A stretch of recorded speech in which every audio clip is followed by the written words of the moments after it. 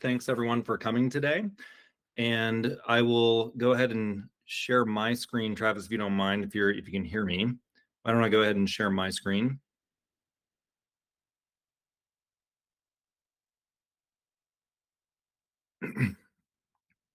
Okay, there we are. All right, so last time around, I think we got to cover quite a bit of the new hourly model development. And there were a lot of people that were at ACEEE. So we're going to do a quick review, since I know some of the key folks in this audience probably were in the middle of giving their own presentations at ACEEE. So I think it looks like everybody can see my slides, but please speak up if you can't. We've made it to 20 meetings now as a working group, and we're getting close to finishing the hourly model. So we're all excited about that. And so thanks for those of you who've stuck with it.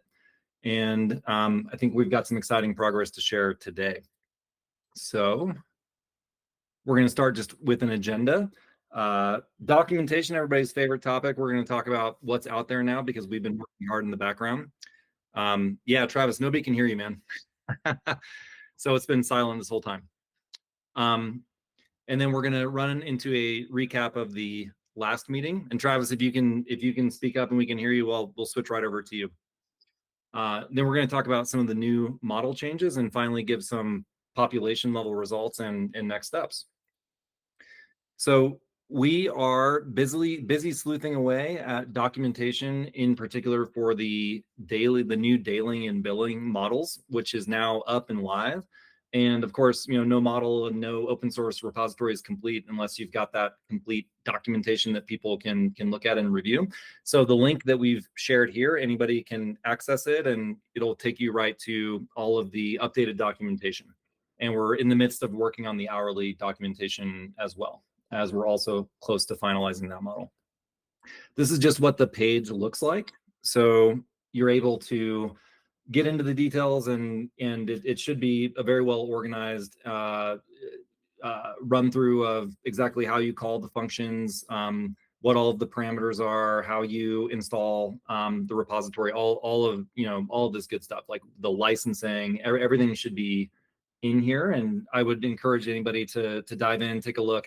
And if you see anything that, even typos, or if you see any like major things missing, but I would do, if anybody's out there and willing to volunteer to try to actually install and run the new OpenEEmeter, please, take a look at the documentation, make sure you can. And if you can't, for whatever reason, please let us know where there are gaps here. But we're excited by this because it's actually a lot of work to put this together. I'm sure folks understand that if you've ever gone through this process.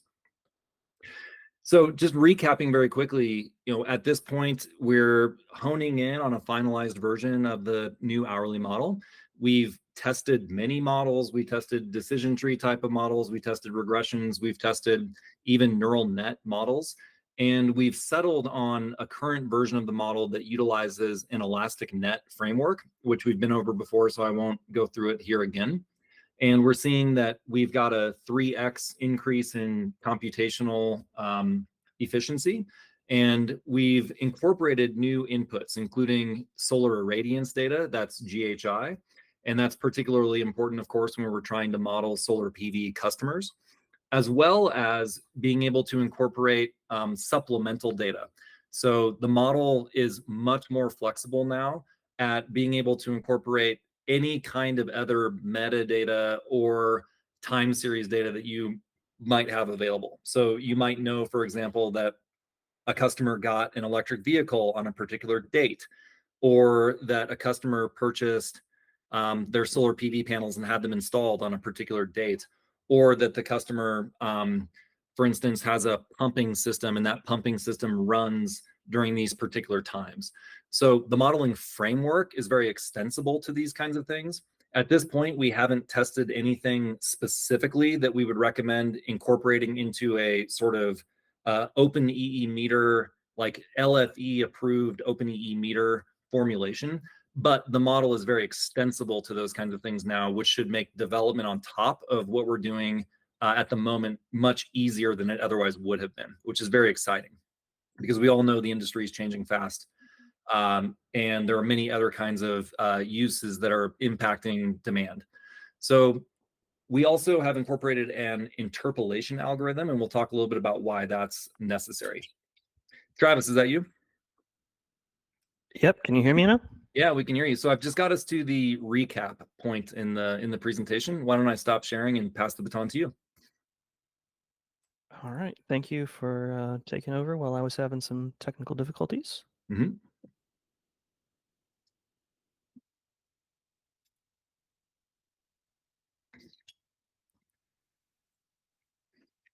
All right. So previously we had had a discussion about whether or not we should have a model that works on an individual hour or 24 hours at a time. We did some testing and we did find that the 24 hours at a time is the best way to go forward. And this also means that each day must have a complete set of features or we have to exclude the day, which is why the interpolation that Adam just mentioned is an absolute necessity. So the way that we currently have this set up is that we require that each day in the training set must have at least 12 hours. And if it does not have 12 hours, then that entire day will be excluded. The reason that this was a necessity, we can adjust what that length is, but if it's 12 hours, then potentially this means that you can have 24 hours in a row of missing data if it starts at noon one day and ends at noon the next day. So if we do have any missing data lower than 12 hours, then we need to interpolate it because we simply cannot have missing data in order for the model to be successful. As a secondary thing, something else that we have encountered whenever we are looking at the model is we found that we had some population bias. So here I am showing PN-MBE versus the median temperature bin. If you don't remember what PN-MBE is, this is the mean bias error, and it is normalized by the IQR. This makes it so that we can put a whole bunch of meters together and they actually make sense and aren't entirely affected by the meter magnitude. So here I show Caltrac in the pink red and the new model in the purple.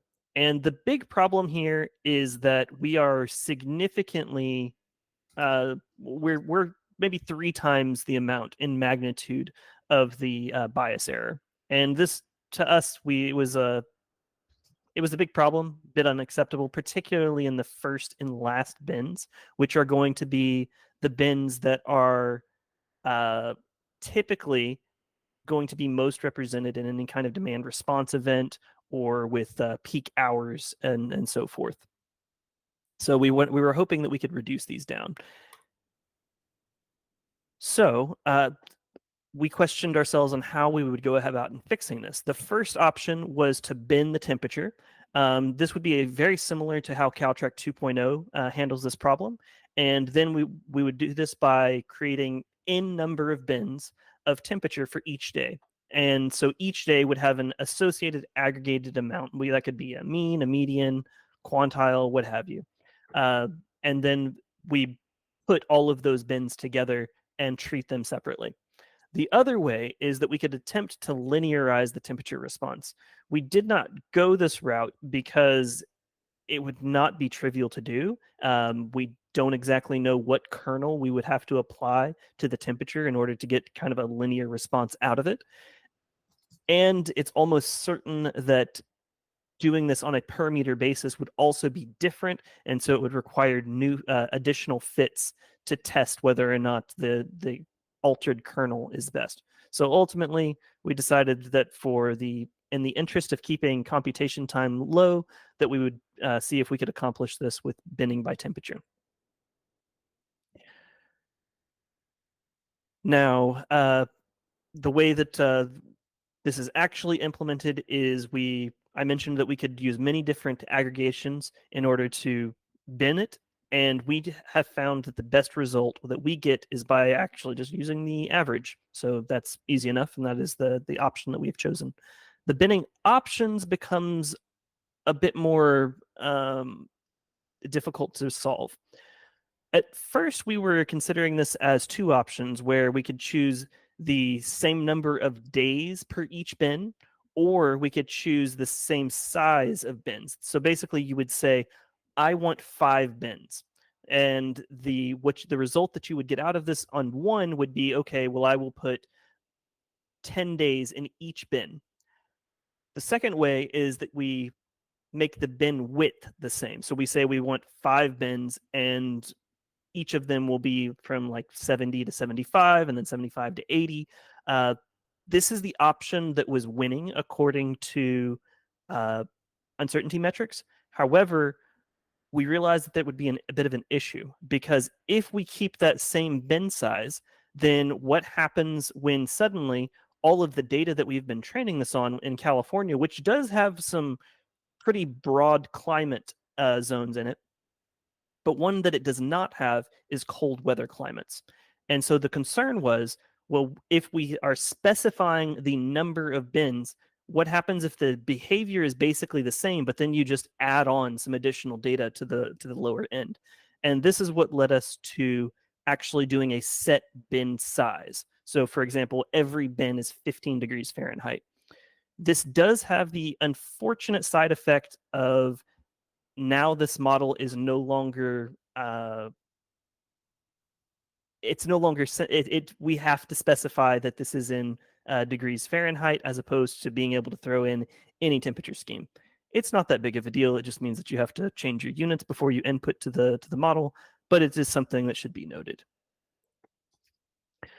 Now, that led to its own problem, because now we end up with too many categorical features. So for example, previously we had the temperature 1 through 24, the days, which was its own Monday, Tuesday, Wednesday, it was a check mark of yes or no, followed by the month 1 through 12. And now we're adding on these additional temperature bins of true and false.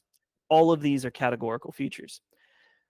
So if you just look at the time categories, day and month, that's already 84 categories. And then if we use a very moderate number of temperature bins, just 4, we end up with 336 categories, which is 1 day in every single category almost for a baseline year, which is not great. So this brings up the question of, do we really observe this many different patterns in the usage? And we would argue not. So we would say that the way that we would like to approach this going forward is to use temporal clustering, which is a fancy way of saying we want to do clustering on time-related categorical features. So here, we're just going to focus on the day and the month. And the way that we're going to do this is we'll take the median usage of every single combination of day and month, and then we will cluster that behavior. And we can cluster that from 2 to n number of clusters. In practice, we have found that in the largest n that we've ever seen is 20. So we actually search from 2 to 24. And most often, you end up in like the 2 to 5 range. Very rarely do you go above that. But the way that we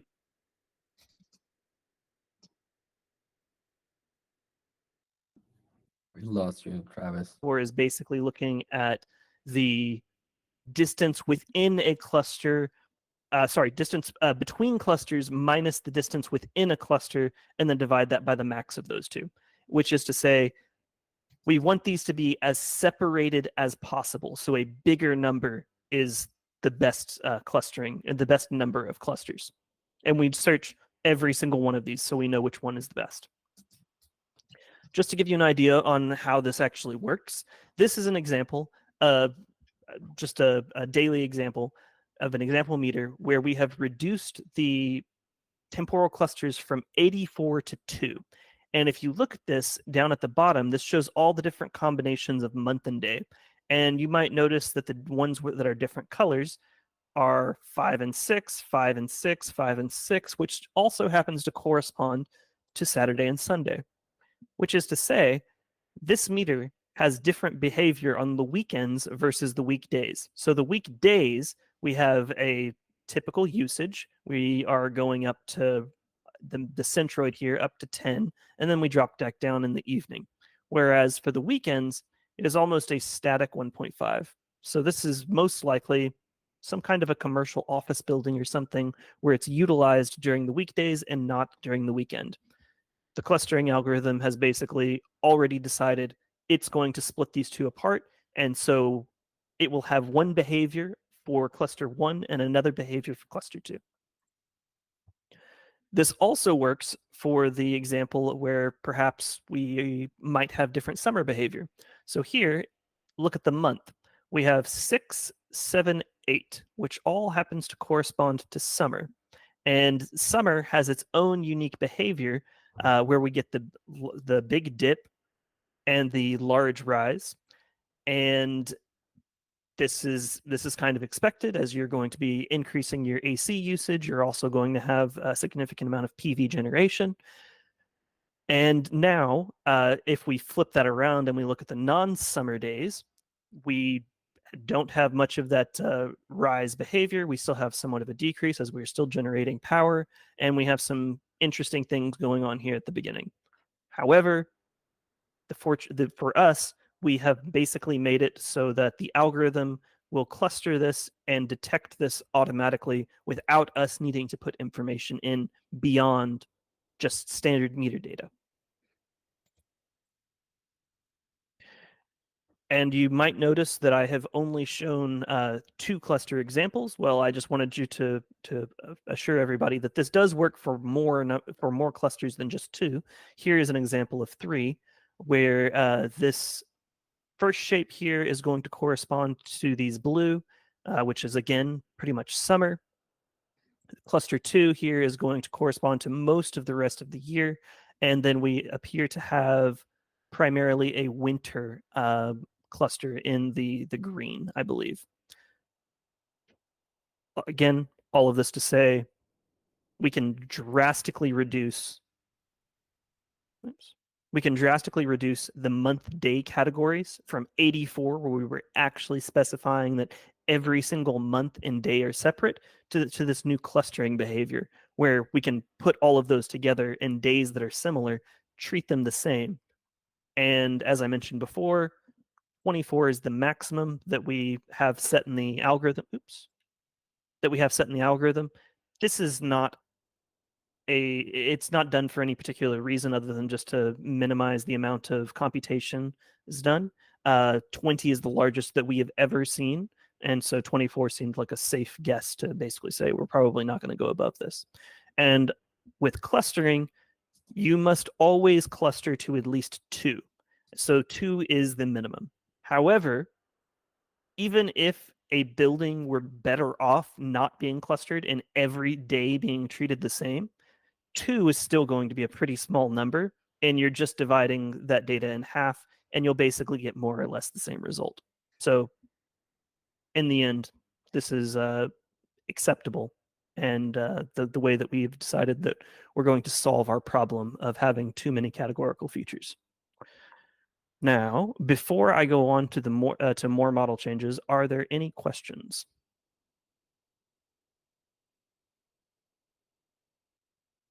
All right, I'll move on. Actually, Travis, can I just ask one question? So, are the clusters always the intersection of one subset of months and one subset of days? Like if it picks day 5 and 6 as one category and 0 through 4 as the other category, did those 2 categories have to be applied to all 12 months, or can it say, you know, in the summertime, this school has a 7-day schedule, and in the other 3 seasons, it has a 5-2 schedule? So it would probably break those apart into separate bins if that were the case. It is the combination of the month and the day. So if it changes behavior based off of month, then it would just change to a different cluster. Okay, so basically it starts off with all the possible combinations of 12 months times 7 days, and then it breaks those up. So you might wind up with a cluster that includes like a June Monday and an October Tuesday. It is entirely possible, which is a weird result, but ultimately we're just letting the data dictate itself. That's fine. Okay. So just dimension reduction. Gotcha. Yep. Cool. Thanks. All right. However, while it's new work, it is somewhat outdated as well, because we have since found that we were still having temperature bias issues. And the reason why is that we think that basically the way that we were treating the temperature binning and the temporal clusters was to give them 0 or 1 in the matrix, in the feature matrix. Now, if it's 0 or 1, if you put a coefficient in front of that, that is basically going to say it's either including this coefficient or it is not, which is to say it's an intercept change. So ultimately, the best that would be able to do, and I just showed a pretty standard daily model curve here because it illustrates the issue I'm talking about. We know that when temperature decreases, you're going to have some kind of an increase in temperature. And whenever the temperature rises, you're going to have a rise in energy usage. Previously, though, the only thing that we were able to do was to basically best fit this curve and then shift that curve up and down in different sections based upon the intercept and the area that it was within. The ability to add in unique slopes was an interesting idea. And the way that we did this was by basically looking at an elastic net, as I mentioned earlier, is basically a multiple linear regression.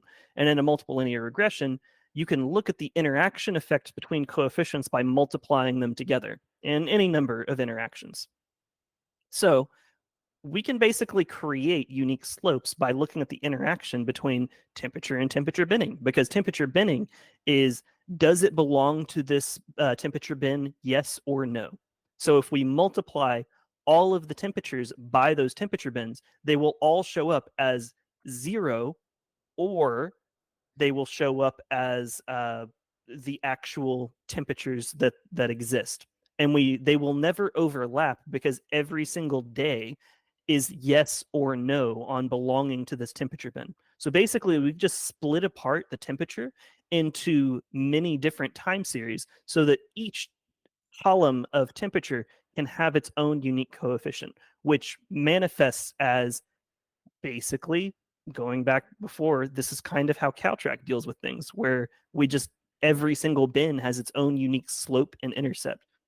It's more or less the same thing. We also do this with the temporal clusters, with the idea that the temporal clusters means that there is a different behavior going on in the building, therefore it's going to have different slope, different intercept. The interesting thing here is that this means that temperature is actually represented twice, once with the interaction with the temporal clusters and once with the interaction with the temperature binning. And these are ultimately all summed up to get the final result. So we could also look at, as I mentioned before, linearizing the temperature. And the way that this would work is we could look at multiplying the temperature by some function and including that as an additional column. In fact, one way that we were interested in fixing or adding some nonlinearity to the first and last temperature bins were to basically keep the temperature bins, the interaction between them, so that multiplication, but then duplicate the first and last bins, and then we could apply a function just to those regions. It's quite promising. However, we also decided that it was getting a little bit too far down the road of experimental, I guess I'll put it, and we decided if we would like to go ahead and do that in the future, we can. But for now, we'll just go ahead and continue on with just adding this interaction effect. I feel like this is another good place to stop in case in case anybody has questions.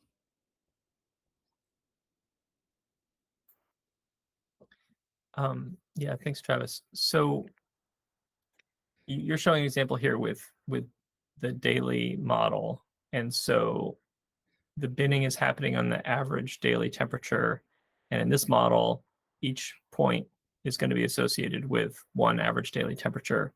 But if I understand correctly, you're also proposing the same approach for the hourly models, right? And if that's true, then should we expect that there will be some hours in a day that could fall outside of the range of the bin? Not that that's a bad thing, but just so we have sort of a picture in our head that, okay, this daily temperature is around 70 F, but it got down to 55 at night and 85 during the day. And so there's some of those, so even though it's in the bin that includes 70 F, but there could be hours that fall outside that. So it's hard sometimes to make useful charts of hourly data, but it doesn't mean that every hour is going to be in its own temperature bin, right? It's in the bin for its day. That is absolutely correct. And I thought about this, and I think it's actually a good thing, because if you think about it, it means that if a day where the average temperature, like the low end of the average temperature and the high end of the average temperature, so they'll be within the same bin, but they will have different a range within there, where yes, it will fall outside of it. But this means, for example, that a summer day of 75, where that's the low, will be treated differently than a winter day where 75 is the high, which I think is a good thing, because a building is also going to behave differently in those two circumstances. Great. That makes sense. Thanks. Mm-hmm. All right. And then we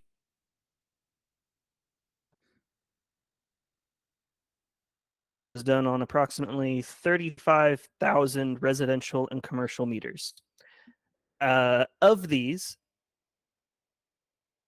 let's see, we had two different models that we were doing this with. One is the non-solar model, because we're introducing a new model framework and we can't assume that everybody is always going to have solar data. And so we need to make sure that our model works for if you do not have solar data. But then we also have the new model, which is the solar model, where we assume that you do have solar information. And for both of these models, the optimized coefficients are the alpha, percent L1, and the temperature bin width.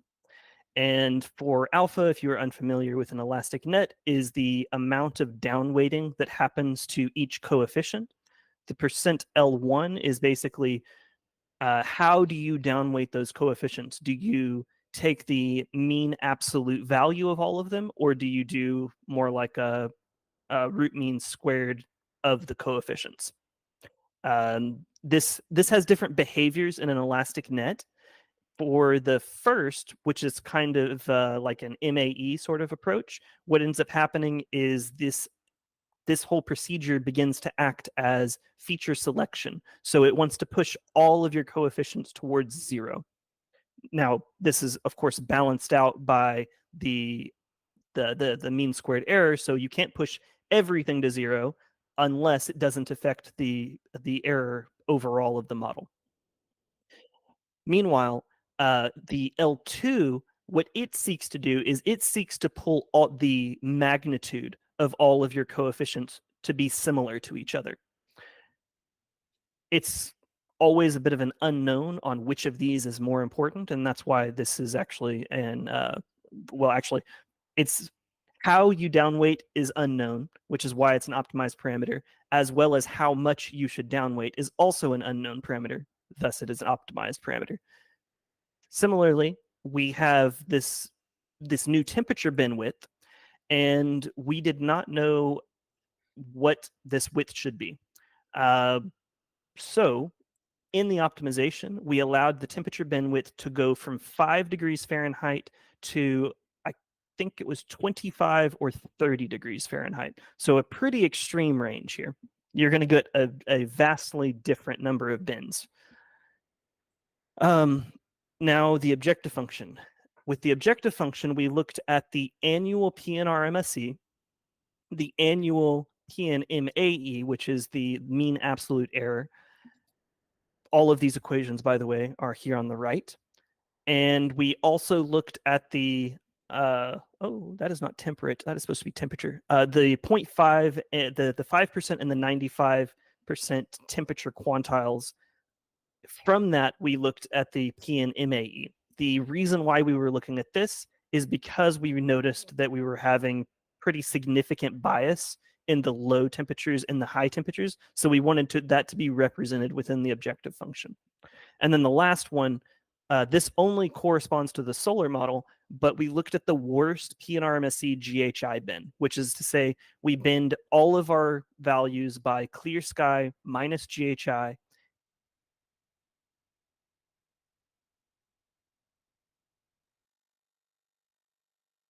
That was the one that was included in the function. In addition to this, we stored a lot of summary statistics, just in case we wanted to change around that objective function in the future. So basically, we looked at RMSE, MAE, and MBE for both the baseline and the reporting period, as well as the annual of all of those mentioned, seasonal, extreme temperatures, and the worst GHI bins, which is a pretty extensive set of summary statistics. I should also mention, during the optimization, the PNMBE was calculated as the mean bias error of a season. This was later changed to be per month, but for the purposes of the optimization, that is what it was. Okay, I'll stop again because this was a pretty dense slide. Any questions? All right, move on. So we did all of that, ran it, worked well. We had many potential results. And so that led us to the population results, which we're about to show you. And I will clarify that the population results that I'm going to be showing at first are the non-solar data the non-solar data results.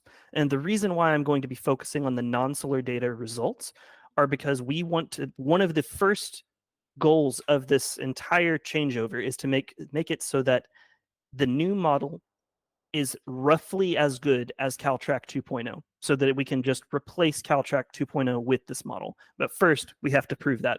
And we can only prove that on non-solar data because we already know Caltrac 2.0 doesn't work very well on solar data. So we have some open questions for all of these, and that is the new model roughly as accurate as Caltrac on non-solar data, as I just mentioned? And additional questions are, do we need a separate model formulation for solar versus non-solar models? And can we use our solar model on non-solar data, or is it going to be tuned specifically for solar models? So let us go ahead and start diving into our population results and keep these questions in mind. All right, what I have shown here is a histogram of CVRMSE improvement. The top plots are non-solar models, and you will notice that we have 3 different candidate models. On the bottom, we have solar models, and again, 3 different candidate models. These candidate models, by the way, are not the same between the non-solar and the solar models, or not necessarily the same. I'll go ahead and give you a bit of behind the scenes.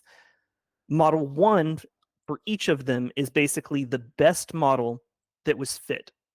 Model 2 is basically the best joint model, which is to say the same coefficients for the non-solar model and the solar model. And Model 3 is a variation of Model 2, where I was concerned that, yes, same parameters. Model 3 is a variation of Model 2, where I was concerned that we were not paying too much attention to the extreme temperatures, and so I just artificially reduced the temperature wind bit temperature width from, I want to say it was 18 in Model 2 to 15. Okay, that's a whole lot of backstory. Ultimately, though, all this is to say, this is fantastic because for the non-solar models on non-solar data, it's more or less the same histogram. There's just noise there, but it's basically the same thing. And if we look at the I should mention this left one is CV RMSE, and the right one is CV MBE. So here we're looking at the RMSE basically, and over here we're looking at bias. And because these histograms are so overlapped, I found that it was easier to also go ahead and just give you some summary statistics. So for Model 1, you can see the mean and median CV-RMSE improvement, as well as the CV-MBE improvement. And they're all somewhat similar to each other. We're talking like 2% difference. So ultimately not that different. The solar models on the bottom are also quite similar to each other, though do keep in mind, this is a solar model. We give it solar data, but it is run on non-solar data on non-solar meters, so meters that do not have solar PV installations on them. Again, we're trying to answer the question: can we run this on both solar and non-solar models? And at least from this plot, I think the answer to that is basically yes. We're seeing roughly 2% improvements. If I were to tell you where I think the best model is, I would say it would be Model 2 here, as it's sometimes middle of the road, but it also doesn't have any big drops in accuracy. So Travis, can you improvement here is improvement here improvement over Caltrac? Yes, Caltrac is Okay. 0, straight line up. Okay, thanks. Yep. So ultimately, I came into this with an open mind. I did not know which model was going to be the winner. Coming out of this, I'm kind of leaning towards Model 2, and I think the rest of the presentation will kind of show that that is probably the best one to go with. And negative improvement is a worse CVRMSE or CVMBE compared to Caltrac, right? And it's not a sign about which direction it's improving. It's worse. That is correct. Positive is it is better than Caltrac. Negative, it is worse than Caltrac. And just to be abundantly clear, everything we're looking at here are models that are run on non-solar customers. The difference between the top panel and the bottom panel is the bottom panel is effectively a formulation of the model that incorporates GHI. So we're utilizing GHI. Even though they're non-solar customers, we're just leaving that in the model in order to see, is there a degradation of model performance or not? And one of the things we're really trying to get at here is, do we really truly need 2 separate models, one that you use for non-solar customers and one that you use for solar customers?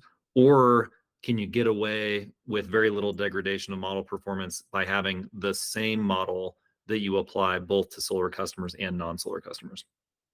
And the takeaway here is it sure looks like the latter is true. You really can have one singular model to rule them all when you do have GHI data with very, very little degradation of like the optimal performance on non-solar customers or solar customers.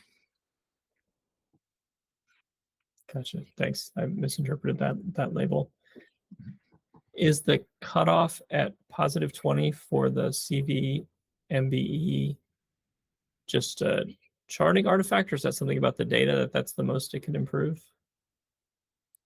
That was a complete accident. When I was changing up the presentation, this originally went from -40 to 40, and it looks basically the same on the right side as the left. That's fine. Yeah, that was a last minute change that we made when we were cutting stuff out. I mean, honestly, it's not bad to be zoomed in, but that helps. Okay, so this is residential only that we're looking at. So positive, let's say positive 1.5%, 2%, roughly. Things get a bit worse when we look at commercial.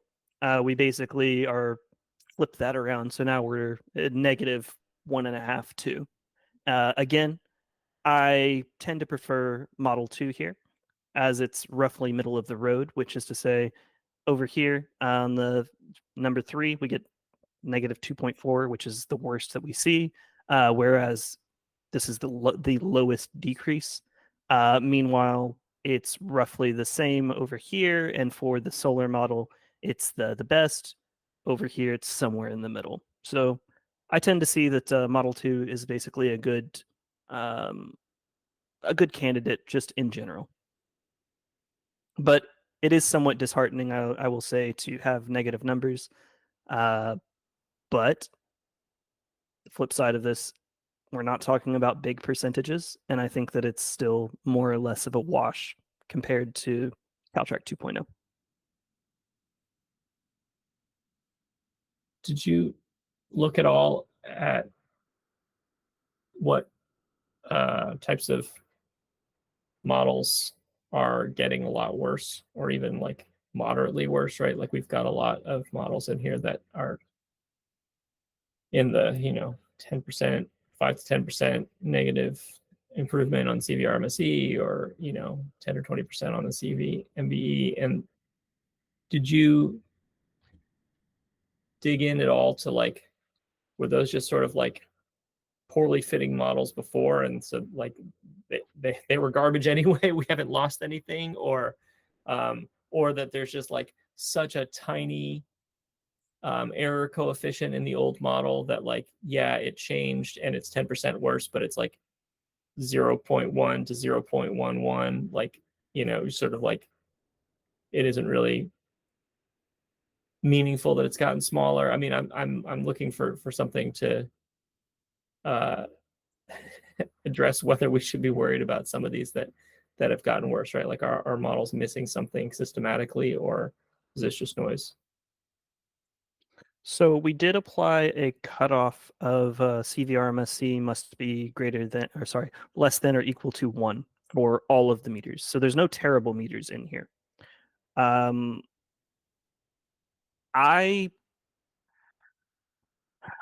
There will be some disagreement here. I tend to think that CVMBE is far too variable of a statistic to be properly assessing a model with, as it is inherently, you are looking at things canceling out. And so whether or not it cancels or doesn't, it's somewhat a flip of a coin.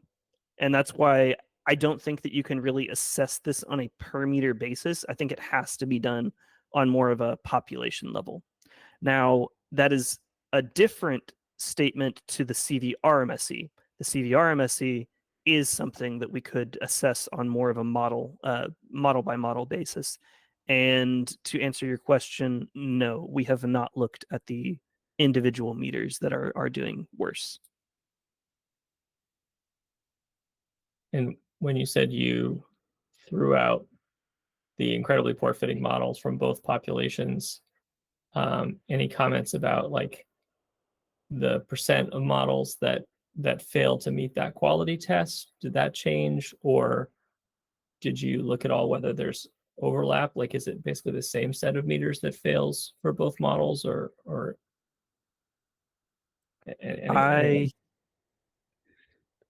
my code throws out CVRMSE based upon Caltrack. It does not throw out CVRMSE based upon the new model.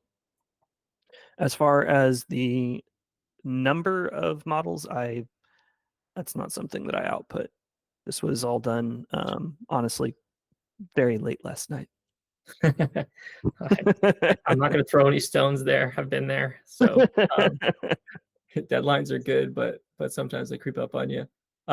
So that does actually point out to one thing that may show a little bit of bias in this comparison, is that we started with a population that excludes any meters that do really poorly on Caltrack, but then we weren't similarly pruning the new models.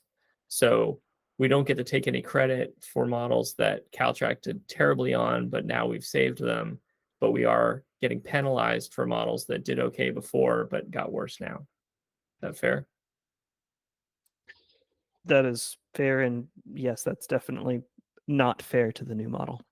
Yeah, that's a good point. Yeah, I was actually wondering the same thing, Travis. I was kind of embarrassed I didn't ask you almost that same thing earlier. Of like when we're DQing meters, I think we basically need the subset of the population that would be DQ'd by either Caltrack or by the new model in order to get at apples to apples there, and not sort of stack it in favor of one or the other. Yeah. Yep. It's a good point, Ethan. Cool. Yeah, I mean, I understand how it happened because we've got this quality rule that's like built into the pipeline of Caltrack. So totally understandable, but that would be good to see if there's opportunity for follow-up. I can only see that improving things. So it's just going to go from slightly negative to maybe a little closer to 0, as we're only going to be removing bad meters from the new model. Right. Cool. All right. So let's see. Then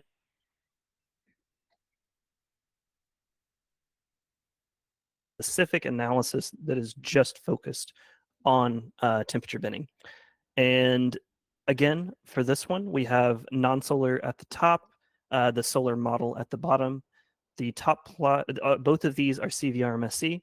And if you're curious about what the temperature of each of these bins, the average temperature of each of these bins are, it is the red dot here, which corresponds to the average temperature on the right, the CVRMSC to the bars. I will note that the way that this is set up is that it bins by meter, which is to say every meter has a top 5% in temperature, a bottom 5% in temperature. So that does not necessarily mean that this bin contains the same temperature range. What we're trying, and this is done on purpose. The reason for this is we are trying to assess how the model is doing in general with low temperature and high temperature. And you can basically address the middle as well without having to worry about, is this model in a different region compared to another? All of that kind of washes out with this kind of analysis. The idea here is that the Caltrack in red and the 3 candidate models, you want them to be as low as possible. So if Caltrack is the highest, that is fantastic. It means that we're doing a good job and we're simply doing better. And this is the case for most of the bins for the non-solar. It might shift over at this high bin, but it's not entirely clear. If it does, it's really close. And I would say that for all of these, objectively speaking, I think all of these results are basically more or less the same. I don't see that there's going to be any significant change. And the same thing for the solar model, where there is some difference here, but it's more or less the same to what we were getting before with Caltrack. And before I mentioned I would pick the orange as the winner here. And again, it's roughly middle of the road.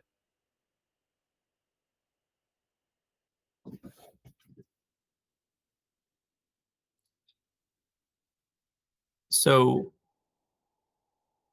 the earlier iteration of the new model, if I remember correctly, was doing worse than Caltrack at the temperature extremes, like notably worse. It was always doing better in terms of CVRMSC.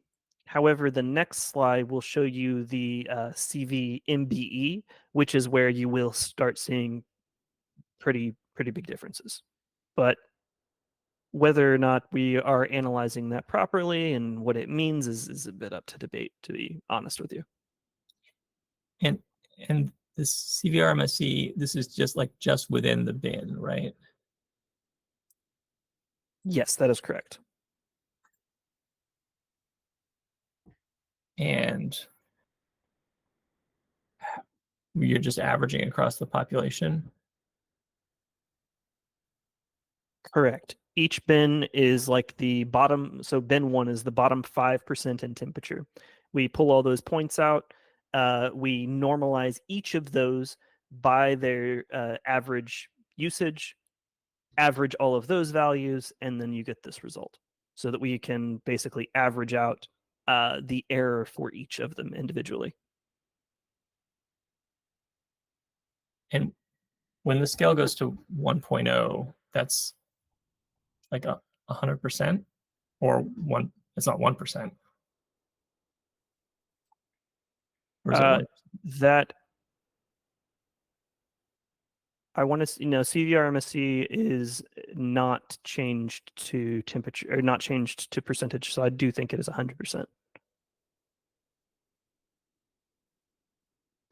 It seems, I mean, I guess I'm a little surprised to see so like even if we throw out temperature for a minute, we're like, okay, so across the whole temperature range, it looks like the average for the population is like, 0.75, 0.8 CVRMSE. Does that seem high to you?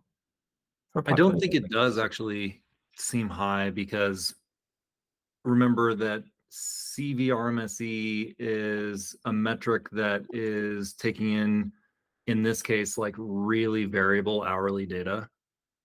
At least for me, I get really used to thinking about CVRMSE in like the daily model, where, so if you have a CVRMSE of like 1 in the daily model, it basically means that for any given day, your model's going to be off by a factor of 2 compared to the total consumption. Right. And that might be pretty egregious for a daily model.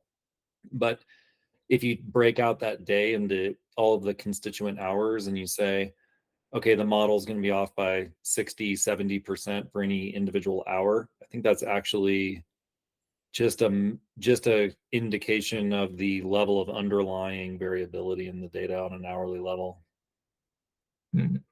Okay. Yeah, I guess I'm not anchored on the hourly like CVRMSE for a population like this. So yeah, it is interesting. I've done some analysis in the past, Ethan, on just comparing daily CVRMSE values to hourly CVRMSE values from the old versions of the daily and the hourly Caltrack models. And usually, I mean, for the most part, they're correlated. You always get some weird result where like the hourly model fits really well and the daily model is terrible, or vice versa. But you definitely see that the daily model has a lower CVRMSE value than the hourly model does. And I want to say it's, but at least in the populations I've looked at, it's something like 1.6 is just a number I'd kind of throw out there as like a rule of thumb, that it's like 1.6 worse. Yeah. Okay. I'll say that one thing that I have railed on again and again is we have to always consider how variable this data is, because it has so much noise in it than I would ever have expected before stepping into this job. Yeah. Yeah, it might be interesting to think about whether there's ways of like thinking about how we're going to use it in practical terms, and whether there's metrics that are like more targeted at how well does it do on the top 10 hours, or what is an average seasonal 24-hour profile look like, model versus actual, stuff like that. Like how much are we preserving some of the things that we care about? This is a good, one of the things Travis did early on in his days at Recurve was to incorporate uncertainty calculations. And so right, now when we make any measurement, we're also calculating uncertainty, and that uncertainty is being calculated at the most granular level. So it could be 1 hour for 1 meter, and you'll get an uncertainty band on it. And usually that, if you're really truly looking at 1 hour for 1 meter, that uncertainty band is, much larger than the magnitude of the data point itself.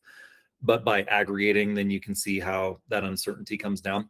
But that uncertainty will come down if you do the kind of aggregations you're talking about on even an individual meter level. So, of course, instead of looking at 1 hour, July 7th at 3 p.m. or whatever, let's look at, let's aggregate that across the entire summer, or let's aggregate that, across the afternoons or whatever it is. Then you start to get the aggregation effect on the uncertainty. The uncertainty comes down, pretty quickly.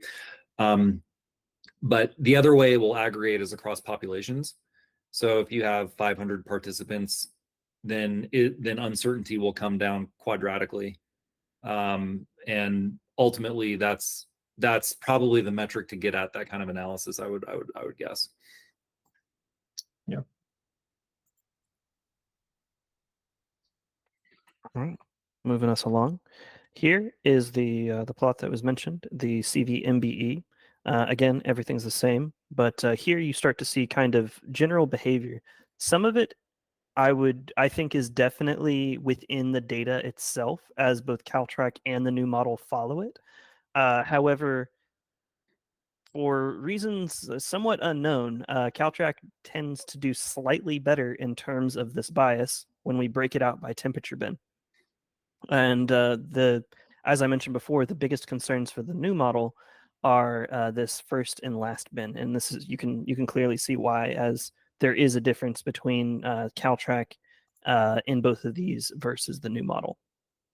However, despite all of that, in most cases, the magnitude is roughly the same, and in some cases slightly better for the new model versus Caltrack. And I would have you look primarily at the red and orange models, as that is Caltrack and the Model 2.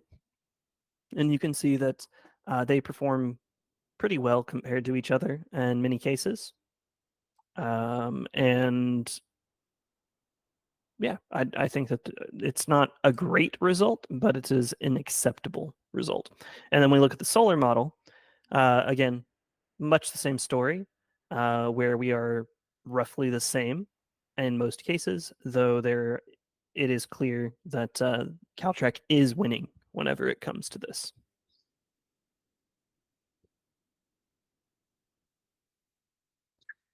I wonder, I've always wondered a little bit about the way we're doing cross-validation here in using this 3-year sort of rolling monthly cycle. And now that I stare at this a little more, just now that you're presenting it, Travis, I'm looking at, for instance, the fact that if you look at Caltrack in the upper graph, then you can really see that it is more negative than it ever is positive, right? And I think if you stare at it long enough, it's probably true for some of the other models as well, but definitely true for Caltrack. And each of these temperature bins has the same number of data points. Roughly. So it seems to me like one of two things has to be true. Either when you have the cross validation that's happening over the course of 3 years, you have 12 of those months that are only ever in the baseline period, and you have 12 of those months that are only ever in the reporting period. And so if you have some population level trend that is changing over time, you're going to see that in these results, even though we're I'm not arguing that I think we've messed up like the way we've done cross validation, but I think it's not like foolproof. It's not bulletproof in that sense. And seeing like Caltrack be more negative than it ever is positive makes me wonder if there's something like that going on here that's kind of embedded in these results. The other thing I wonder is the other explanation for that could be that when you're in the lower temperature bins, you're using less energy. So a higher fractional error metric, you might see a higher fractional error metric that actually accounts for less total consumption than in the higher temperature bins. But it would have to be a pretty that would have to be a pretty dramatic effect to explain what we're seeing here. I'm wondering if you have thoughts on that. I think either of them are possible. I do wonder about the years, but it would be strange to me. This basically would say that within that 3-year period, we were using, let's say, 2% less energy. Mm-hmm. Does that make sense from the time period that we're talking about, which was 3 years pre-COVID?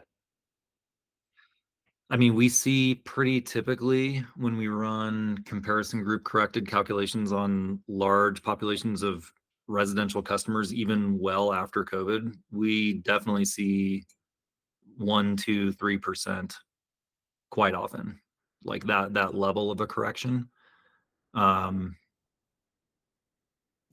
That may or may not be. I mean, it's not a like non-participant. Well, the comparison group correction is reflecting non-participants.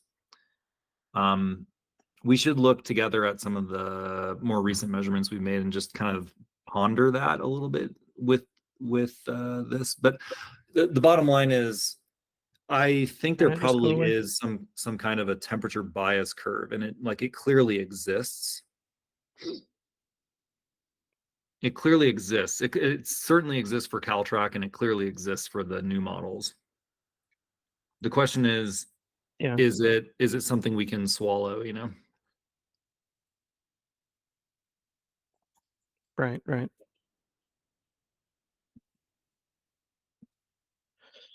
me just write down some notes real fast and then I'll move on.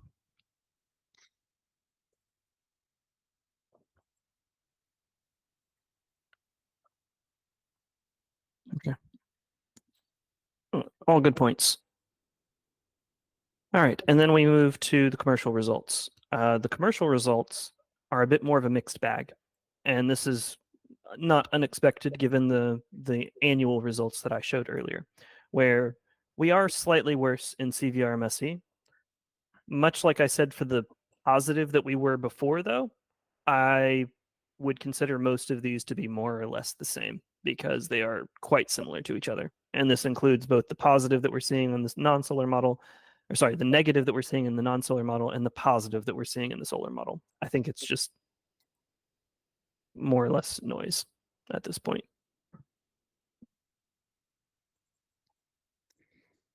So I won't belabor this one, and I will go to the MBE one where we can fight about MBE some more. Again, top non-solar, bottom solar. Comparing orange versus red, we are comparable to it in most cases, though we are clearly worse. Again, same exact behavior where most of it is negative in both Caltrack and in all of the new models. But again, my choice, if I had to pick between these, is going to be Caltrack and Model 2 as being the next best choice. I will note that in a few of these bins, we actually do better than Caltrack for the solar model, which I think is fantastic, but I think it's more of a mixed bag. And I don't have an answer for that, Brian. Might be an error in the sequel, might be an error in how I'm throwing things out. Armin asked the same question to me earlier, and I have no idea. I blame the sequel gods. There's a bug somewhere we got to root out. Yep. I don't expect that it's going to change the story very much. One of these is probably right, and if I had to take a guess, I'd say that it's probably the non-solar results for the Caltrack. Or maybe somehow the solar got thrown in there, like the solar data got thrown in on this one.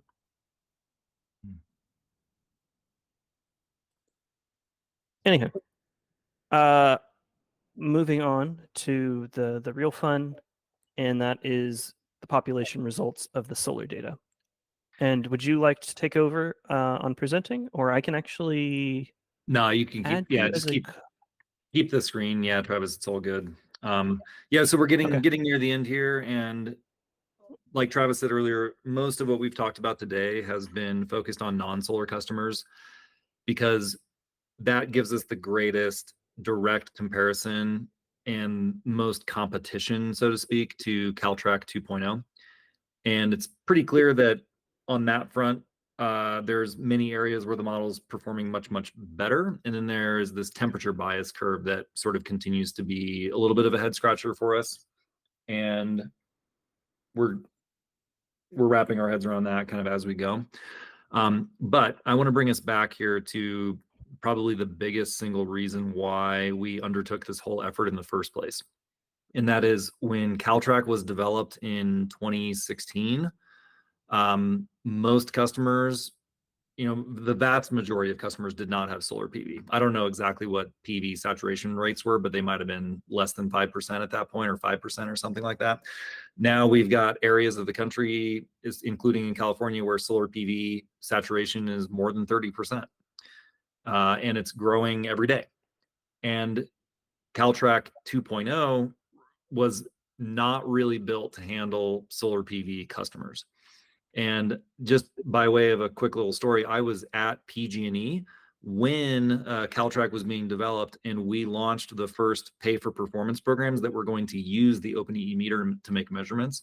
And we specifically did not allow solar PV customers into the program because we knew that there were those problems in the model. So we're I really, apologize. oh, yes, Travis, yeah.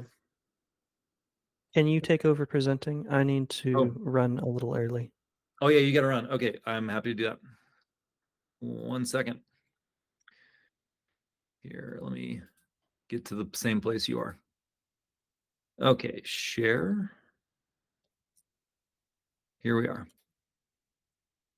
Okay, so now the idea is, let's take a look at, now that we have more of a robust model here that takes into account, whoops, that's not what I want, that takes into account GHI.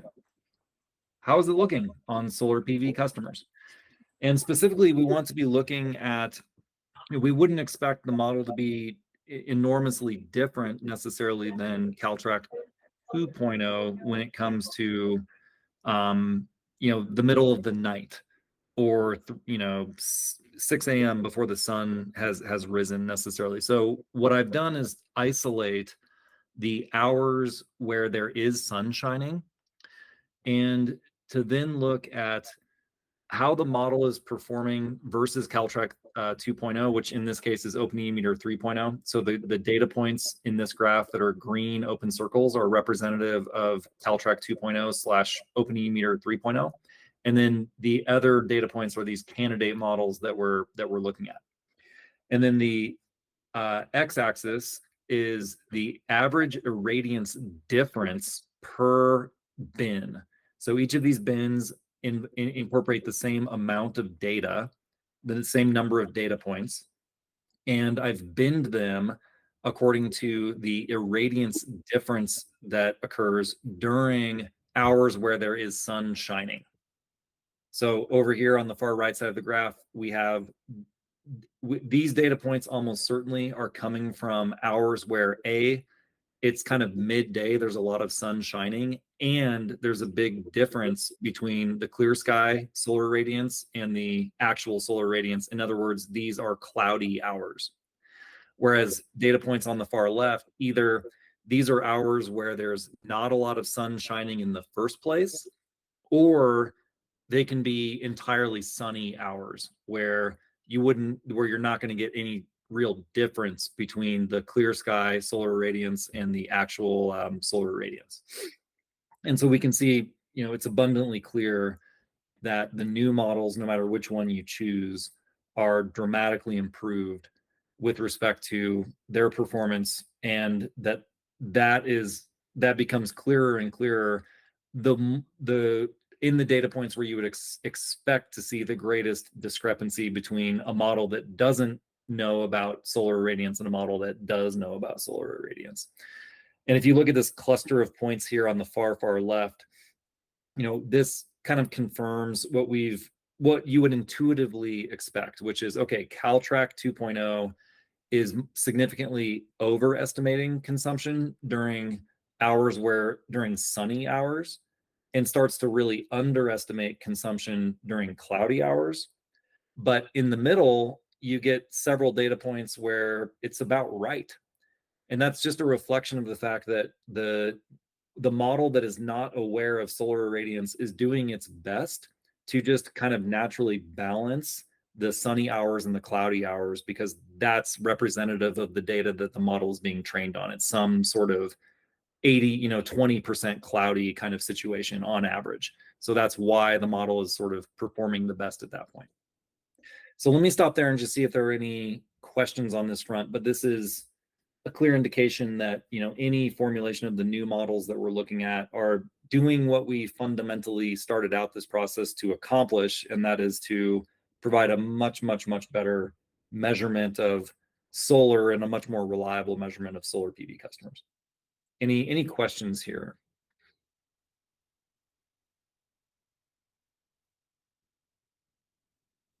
Okay. By the way, I'm looking at this on a normalized basis. And you might ask, how do you normalize data like this? Because you're looking at solar PV customers, you have a bunch of hours where they're probably using, they're probably feeding back into the grid, negative consumption, and you have some hours where they have positive consumption. So how do you actually normalize that? All of this is being normalized based on consumption during hours where there is no sun shining. So hours where there is zero clear sky GHI. So it gives us kind of a rough metric of, this data point here, for example, it represents roughly a model that is under predicting by more than 40%.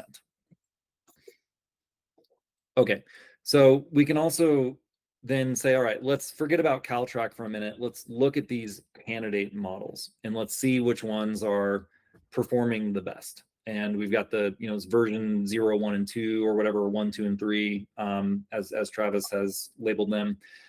And yeah, there's some, I would say, looking at this, the V0 of the model is probably the best. But it's not like there's insane differences between them. So, overall, this is probably kind of like a vote in the direction of V0 of the model, but V1 is, I would say, it's not performing like terribly worse. And then we can also look, just kind of last but not least, at the difference between the baseline period and the reporting period, or in this case, what we're calling test and train. And we can see OpenEEmeter 3.0 and versus the V1 of the new model. And we see there's a little bit less overfitting in the new model, which we kind of already knew about. But you get this same kind of pattern where even if you're just looking in the baseline period, basically, you still see the same kind of pattern, which is an indication that this is not a can the model predict the reporting period type of issue. It's more of a structural issue where even in the baseline period, because you're not aware of GHI, you still have a model that even in the baseline period isn't going to be very accurate. Whereas the opposite is true for the new model. So with that said, I think that's it, and we can wrap. But before we wrap, let me see again if there are any questions either on the stuff I just presented or anything else that we want to kind of cycle back toward throughout the rest of the presentation.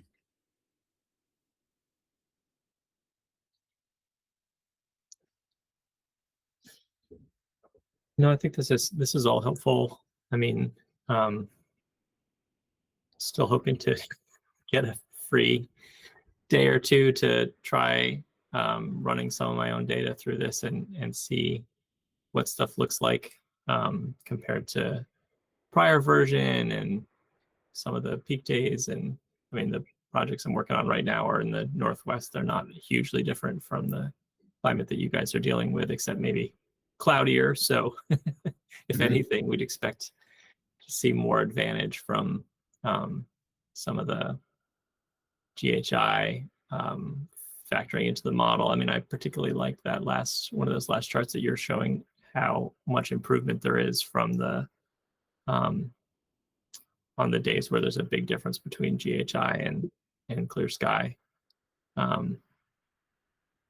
Yeah, that's always a question, Armin, with where we get this data, if we're going to have to pay for some kind of commercial weather source, or whether NOAA data includes the and in fact, it's not just because the project that I've been working on most isn't doing actuals.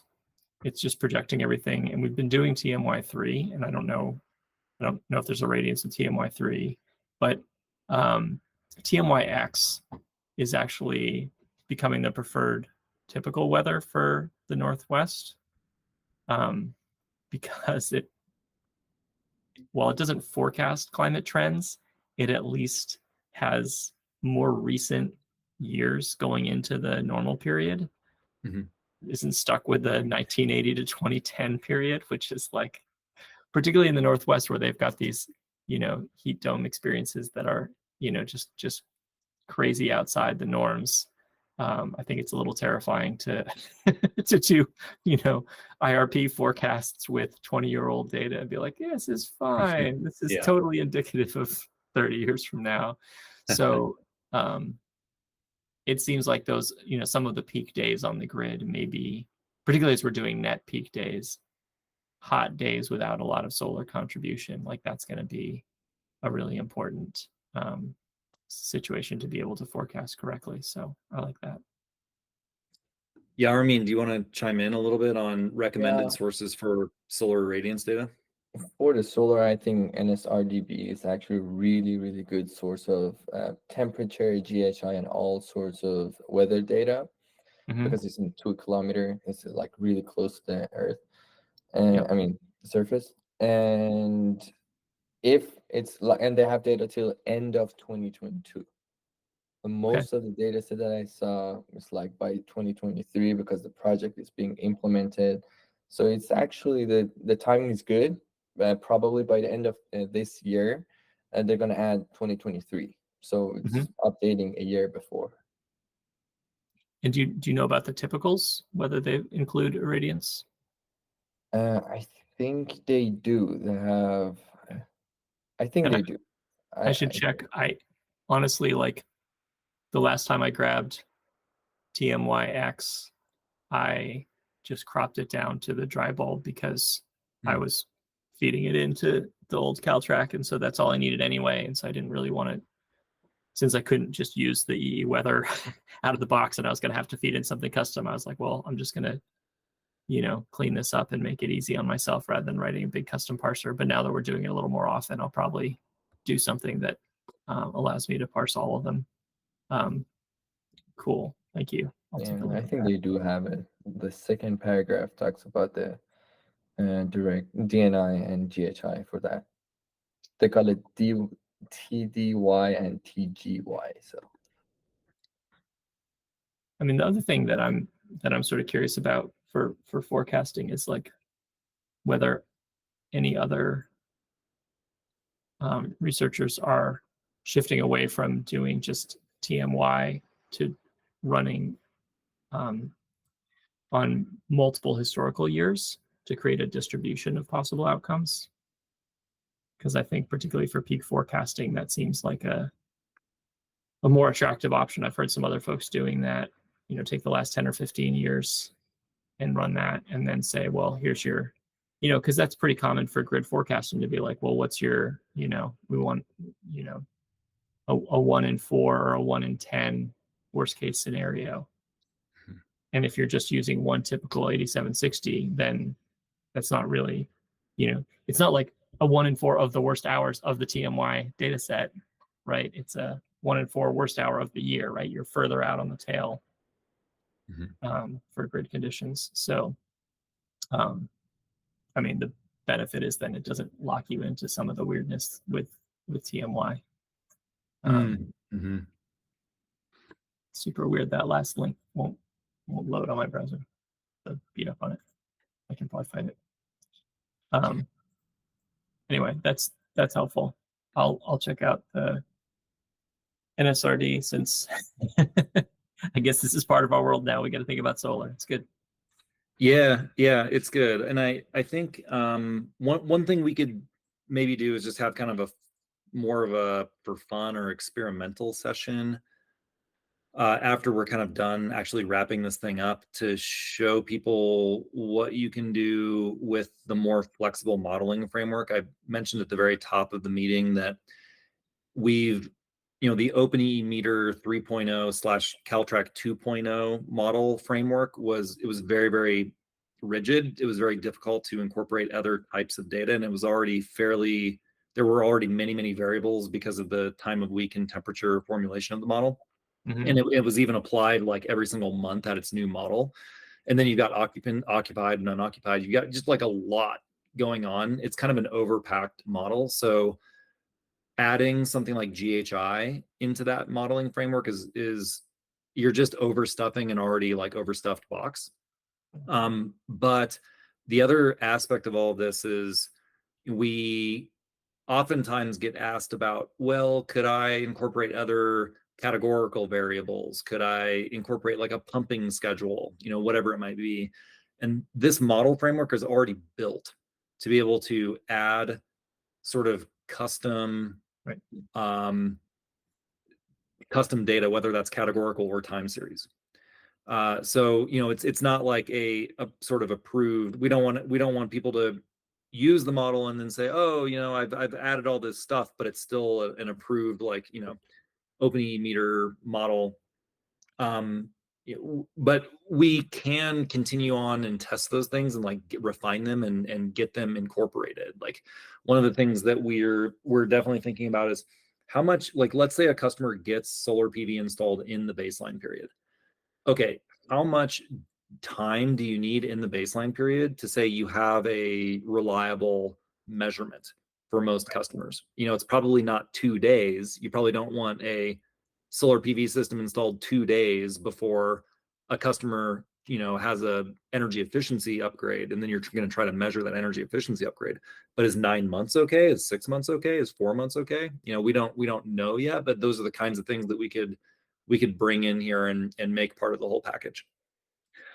With all of that said, I know we're very near the top of the hour, and as I will always say, if anybody wants to do any testing, like try to get this stuff up and running. Ethan, I know you did a bunch of that with the daily model, and I'm sorry I have not gotten back to your email. We know that there's kind of that issue with the daily model and like how you peanut butter, or how we would peanut butter out, and that wasn't really part of the original formulation that we kind of misinterpreted. We can talk more about that too, but with all that said, we're always looking for people to test this stuff and give us those kinds of give those kinds of flags and say, hey, hold on a second here, this isn't working for me, or you're missing something important. So with all that, just kind of getting to the very last slide, we're looking at a joint model now, and that's one of the big takeaways here. And we're kind of relieved that it's sure looking like we won't have to support two different models fundamentally with different coefficients and all that kind of stuff, one for solar and one without solar. It sure looks like the parameters are not so sensitive that that's going to be necessary, and we can have an entirely consistent modeling framework for solar and non-solar customers. On balance, I think the population level results are encouraging. Non-solar, we're seeing some improvement in some important areas, and we're seeing this temperature bias curve, which is a little more severe within the new models than it is with Caltrack 2.0. But we may have some more digging to do on that front, or we just need to understand, with any model, you have to understand its limitations. And of course, we're seeing, this really the silver bullet, like one of the biggest reasons we undertook this whole effort was to really make a modeling framework that was more accurate, more reliable for solar customers, and we're definitely seeing that. And to boot, it's about 2 to 3 times more computationally efficient than the old version of the model. So all that's a massive thumbs up. We'll reach out, as we always do, for the next iteration of this meeting, but I think we're definitely angling toward trying to get this thing wrapped up and kind of put an end to this chapter of the OpenEEmeter working group. So we've been at it for almost 2 years now. So I want to thank everybody here, and we'll see you next time around. Awesome. Thanks for all your work, everyone. Cheers.